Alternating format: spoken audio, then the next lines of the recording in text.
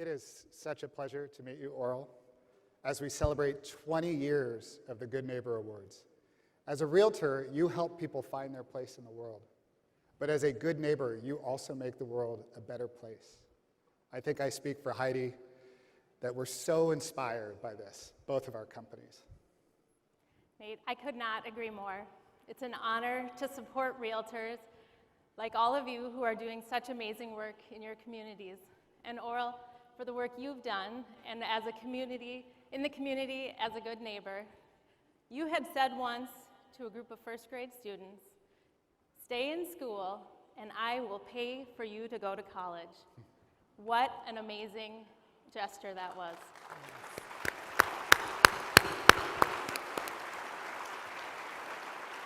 Can you take us back to 1987 when you made that decision? Yes, I can. It was in September 1987, and it was one morning, as usual, I would have a bag of Spanish peanuts and a Pepsi, and I was headed to my favorite store, only to get stopped by a little girl, 5 to 6 years old, wanting a quarter. So I had a $5 bill in my hand, and I explained to her, "Come on, we can go to the store." So she and I went into the store, and I stood back because I was expecting for her to get candy or something. First thing she picked up was a loaf of Wonder Bread, and I looked and glanced over at her, and she stopped. I said, "No, get whatever you want." So she ended up getting bologna, cheese, and bread, and it came to $5.87, so I had $5. But Al said to me, "Miss Brown, where's your soda?" And he ran behind and got the soda. So she and I left the store. And when the light changed, I began to talk to her. I say, "Do you go to school?" And she said, "Sometime." I said, "Well, where's your mother?" And she says, "At home."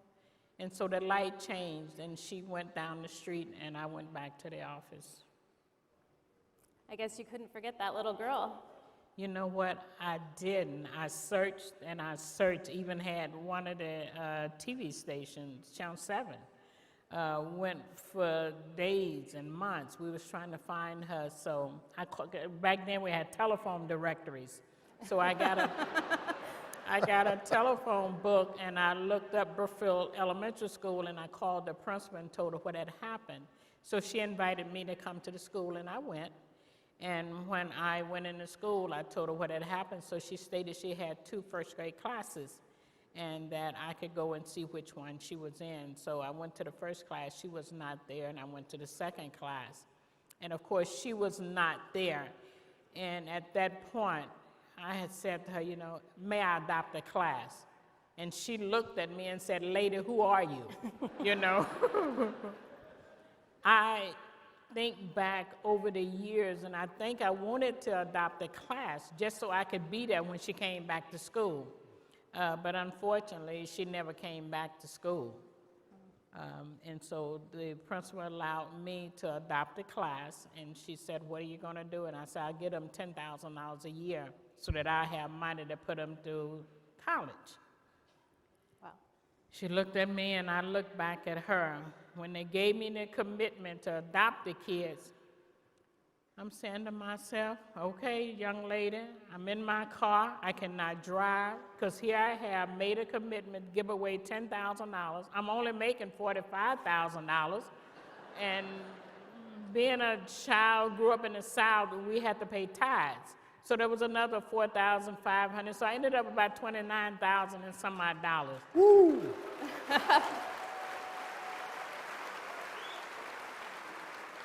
But the one thing I think sustained me and keep me going is I picked cotton for $2 a day, and I never went hungry. And you can look at me now, I can afford to lose a few pounds. So it didn't hurt me. So yeah, that was a commitment and a promise that I don't know. We have questions we're supposed to ask her, but she's on a roll, so we'll just keep going.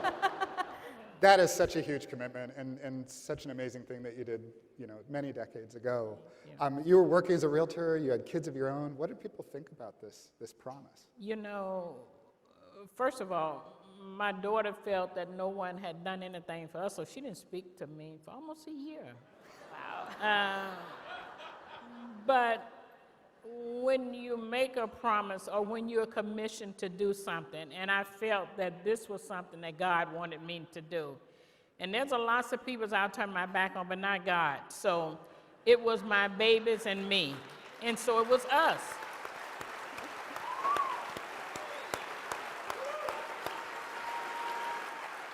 I can remember being interviewed by a TV station, and he said to me, now just off the record, how many of those kids you think will make it? I said, no, put it on the record. 23 will make it. There was 23 students in that class. And so we struggled. There was time that I would go home and go to bed and lay down and cry because you couldn't talk to anyone. They were saying, you can't do this. One lady said, I have 2 kids, and it's hard for me to get them to college, so who do you think you are? And so you bite the bullet and you just go ahead and you move forward. And at the end of the day, I was still standing.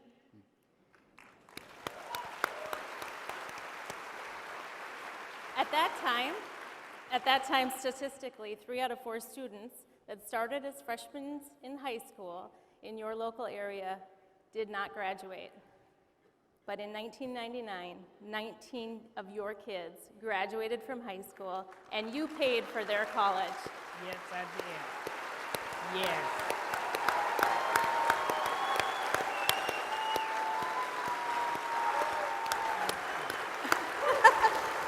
Well, I'm going to stand up too.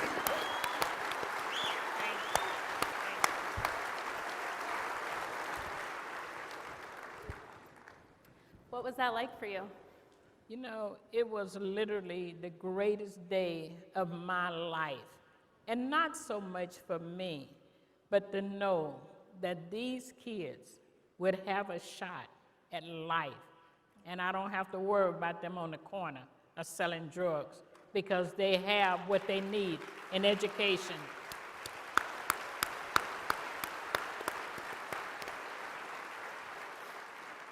Can you talk a little bit about winning the Good Neighbor Award and the impact that that had on your foundation? Oh my God, I'm a shy country girl.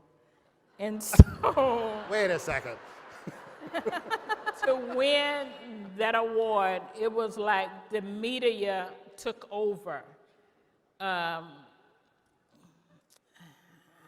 was a celebrity for about a day. I mean, I couldn't go no place. We was launched, and on the news, media, TV. I got a call once from Katie Kirk, NBC News, wanted me to come, and they ended up giving $53,000 and said, more would be coming. So it was the beginning of a new era for the faith of education and what one person can do with the help of God or somebody beside her.